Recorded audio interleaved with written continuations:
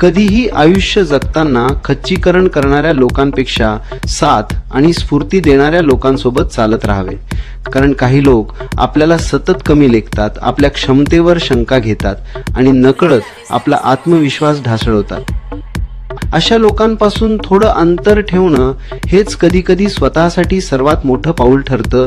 त्याऐवजी अशा लोकांना जपून ठेवावं, ज्यांच्या सहवासात राहिलं की मन हलकं होतं, विचार स्वच्छ होतात आणि जगण्याची एक नवीन उमेद निर्माण होते.